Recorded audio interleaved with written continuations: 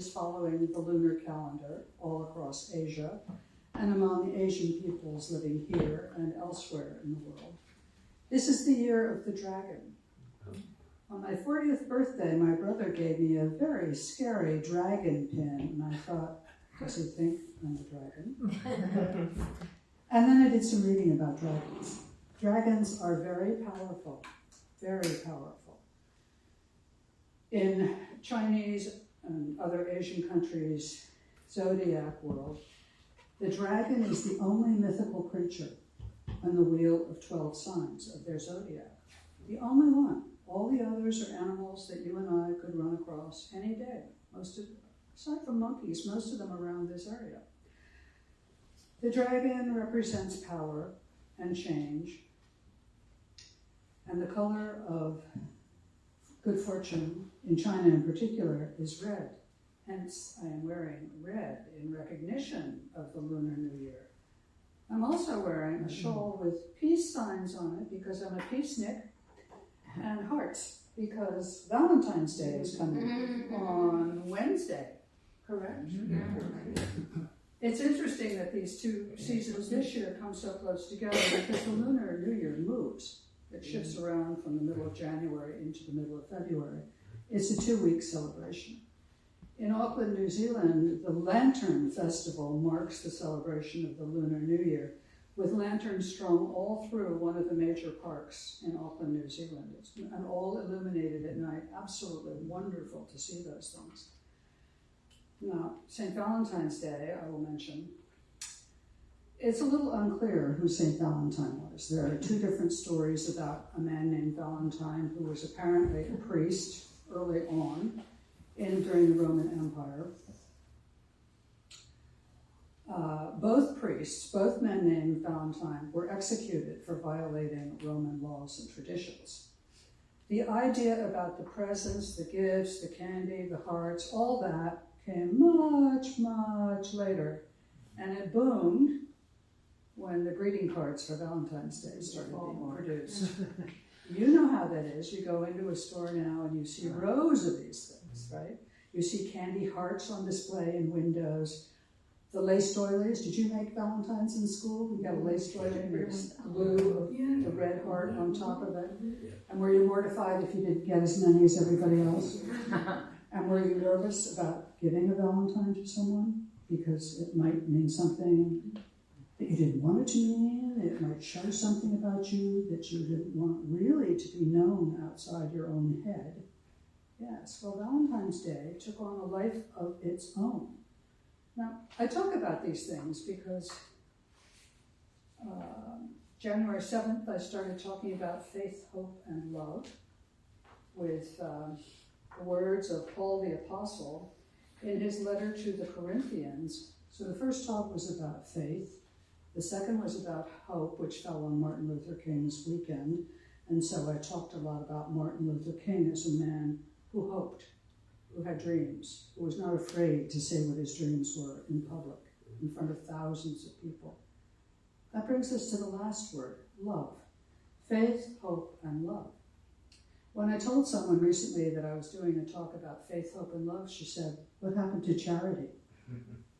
And some of you are nodding your heads because once upon a time the word love was not used. The word charity was. So I got out my ancient King James Bible, which my grandmother gave to me about 65 years ago. And I looked up Corinthians to see if I remembered what it said in there correctly. And it has one of my favorite lines in the Bible in it. And the hymn we just sang, though I may speak with bravest fire, the opening lines of this text, though I speak with the tongues of men and of angels, and have not charity, I am become as sounding brass or a tinkling cymbal. Some of those words were in the hymn too. And though I have the gift of prophecy, which was considered a tremendous spiritual ability in the early years, and understand all mysteries and all knowledge, and know I have all faith so that I could remove mountains and have not charity, I am nothing. And though I bestow all my goods to feed the poor, and though I give my body to be burned, and have not charity, it profiteth me nothing. Charity suffereth long and is kind. Charity envieth not. Charity vaunteth not itself, is not puffed up. That's my favorite line. Charity is not puffed up. Doth not behave itself unseemly, seeketh not her own, is not easily provoked, thinketh no evil, rejoiceth not in iniquity, but rejoiceth in the truth, beareth all things, believeth all things, hopeth all things, endureth all things. Charity never faileth, but whether there be prophecies, they shall fail. Whether there be tongues, they shall cease. Whether there be knowledge, it shall fade away. For we know in part, and we prophesy in part. But when that which is perfect is come, then that which is in part shall be done away. When I was a child, I spake as a child. I understood as a child. I thought as a child. But when I became a man, I put away childish things. For now we see through a glass darkly, but then face to face. Now I know in part, but then I shall know even as also I am known. And now abideth faith, hope, and charity, these three.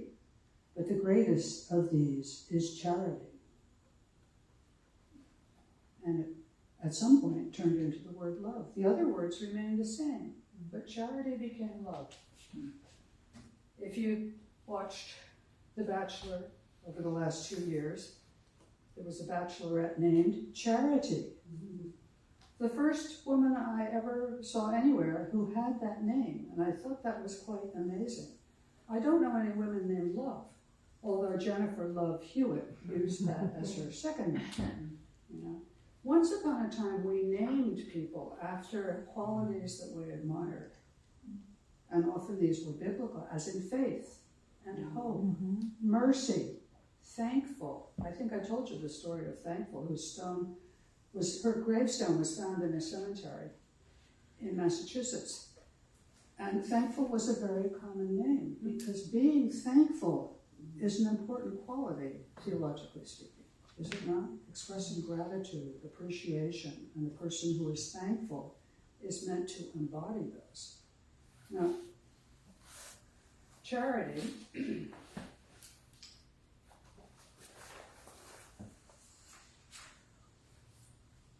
it comes from the word charity, which comes from the word caritas. That's a Latin word. Sometimes it refers to costliness, affection. Sometimes it's used as a translation of the Greek word agape, which I'm sure some of you know, agape. There was a film a long time ago with Melina Mercouri and Anthony Perkins called Phaedra. And the theme song of that, which was written by, I can't think of his name, he's a famous Greek composer, was Agape Mu. Agape Mu, Agape Mu. And it's sung over and over in the film. Agape Mu means my love. Agape coming from agape. Now, agape can mean dear or valued. It can also be much bigger than that.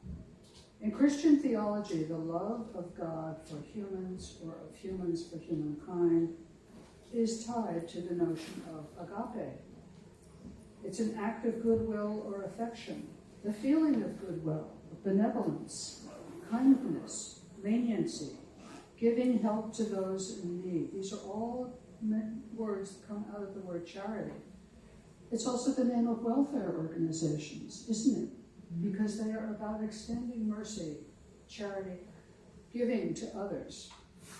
There's a synonym for charity. The most common one is mercy, having mercy. I don't know anyone named Mercy. Do any of you? I've never known anyone with that name. Now, agape, in the Greek discussion, is spontaneous, altruistic love for others. There are no strings attached to it. It's a free love, a free embrace. The Greeks talk about many kinds of love, and you probably know some of them. Storge, which is empathy, a familiar bond. Philia, for a friend or brothers, as in Philadelphia, phila. Eros, romantic or sexual love. And then agape, unconditional God love, the highest type. It's the spiritual love.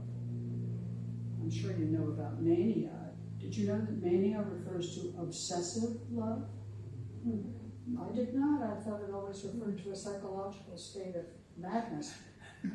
Then there's ludus, which is playful love. Seducers are fond of ludus. Pragma, which is enduring love, being together for a very long time, and that ties right into pragmatic, staying with something. And then there's philaudia, which is self-love. All these kinds of love appear in those languages. Now, when you look at names from the Bible, you see that they also have meanings like the ones that we attach to faith, hope, and mercy. David, for instance, means beloved, and most of you probably know that. David was beloved by God. Timothy refers to God's honor. Matthew refers to being a gift from God. So when people name their children with these names, presumably they are thinking about these qualities and the relationships they have with the divine. I was noodling around on the internet, remembering something that I learned a long time ago, and one of the questions was, what was Jesus' real name? And I thought, what do you mean, what was his real name? You mean his Hebrew name, his Aramaic name? Yes. It was Yeshua. Yeshua as in Joshua. All these other names that come out of this are translations from Aramaic into Greek or Latin, depending on which part of the Bible you're talking about, and then finally into our languages. So Yeshua, I learned that name when I was working at the Temple of Understanding, an interfaith organization affiliated with the United Nations many years ago. And the guy who was the head of it was Jewish. And he said, you should stop referring to him as Jesus, Stuart. His name is Yeshua. I said, okay, thank you for telling me. I had never thought about it one way or the other. The same is true of the name Mary. For a long time, I thought the name Mary was, well, it is. It's related to Miriam and Mariam. Those are all names that run in a row. But I had been taught when I was in theological school that it meant unknown. Most of the women in the New Testament are named Mary. And it makes perfect sense that their names would be unknown, because you know next to nothing about them except what the authors of the Gospels tell you. And it's not much. And remember, they're all men writing about women they don't know. So I looked her up and found several different meanings for her, including a drop of water, bitterness, bitter root. And I thought, why is that in that name? And I can't come to any conclusion about that. Maybe you will find out something about it. So when we're talking about love, as Paul meant it, Paul was not writing his own letters. He was dictating them to a scribe, to an amanuensis. I love that word, amanuensis, who was writing them down for him. And he was speaking Greek. He was a Greek-speaking Jew who was a Roman citizen. This is very complicated. Who lived in Turkey near Antioch. And the transcription put everything he said into Greek, and so we know that the word he used when he talked about faith, hope, and love was agape. It says it right in the text. So, this brings us back to what's going on in the world today. Where is the agape? There's a song called Where is the Love? You know, when you think about it, love, both romantic love and diffuse spiritual love, runs through all kinds of literature, all kinds of music and poetry. It's probably one of the most common topics that we talk about, sing about, grieve over, are excited by.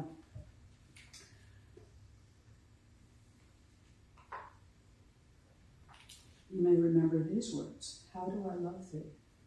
Let me count the ways. I love thee to the heights and depths. Elizabeth Barrett Browning writing to her husband.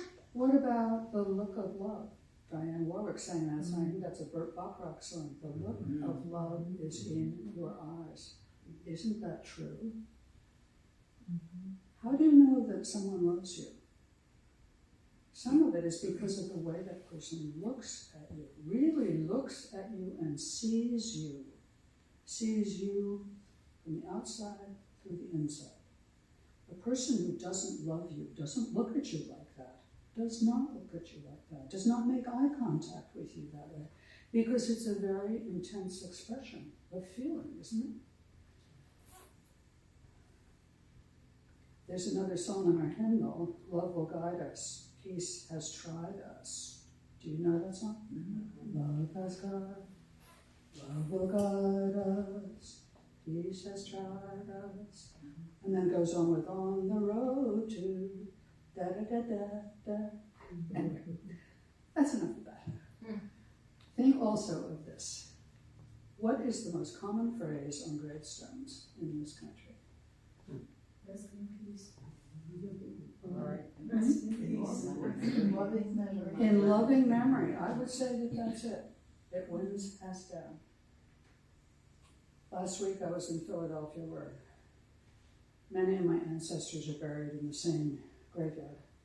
I went to see my brother's graves. I do this every year because I'm the only surviving person in my family who remembers my brothers. My mother was finally interred next to them and went across the town in loving memory. And I thought, when we say that about someone who is no longer here, we are sending them off into whatever comes after death. We are telling them still that we love them and that we will go on with it. When I told my brother, the one who was here a few times, that I had been to the cemetery, I don't think he's ever been there. He said, so are you going to join them? And I said, well, funny you should ask. My daughter asks me this all the time.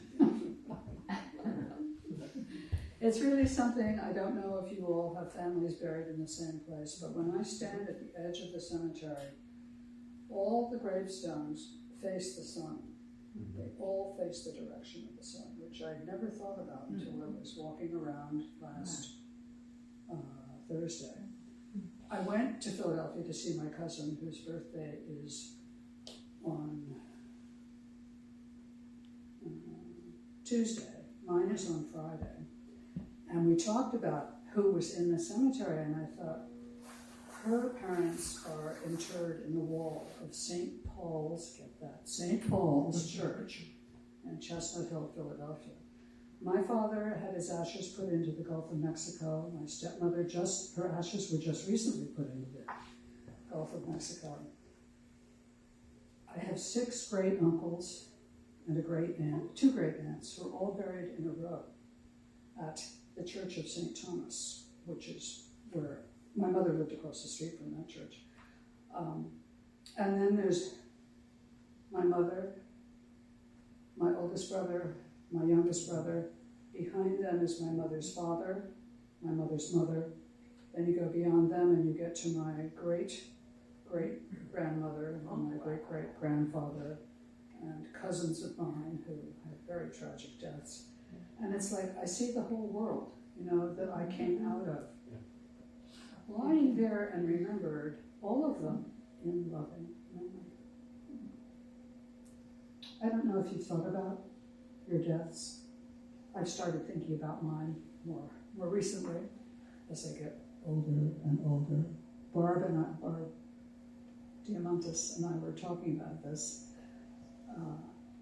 That after a while you have to think about it. You have to make preparations for the people who will live on after you.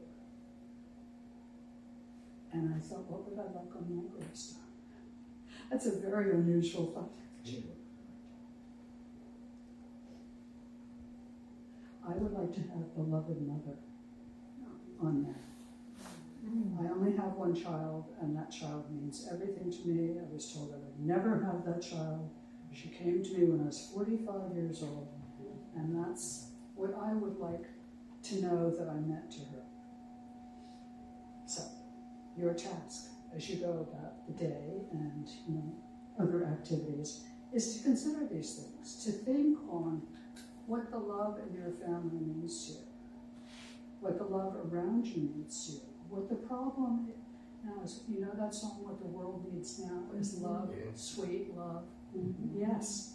Which is why in the end, when I do the closing words, I always say something about extending yourselves in love to those who cross your path. It's the greatest gift you can give someone else.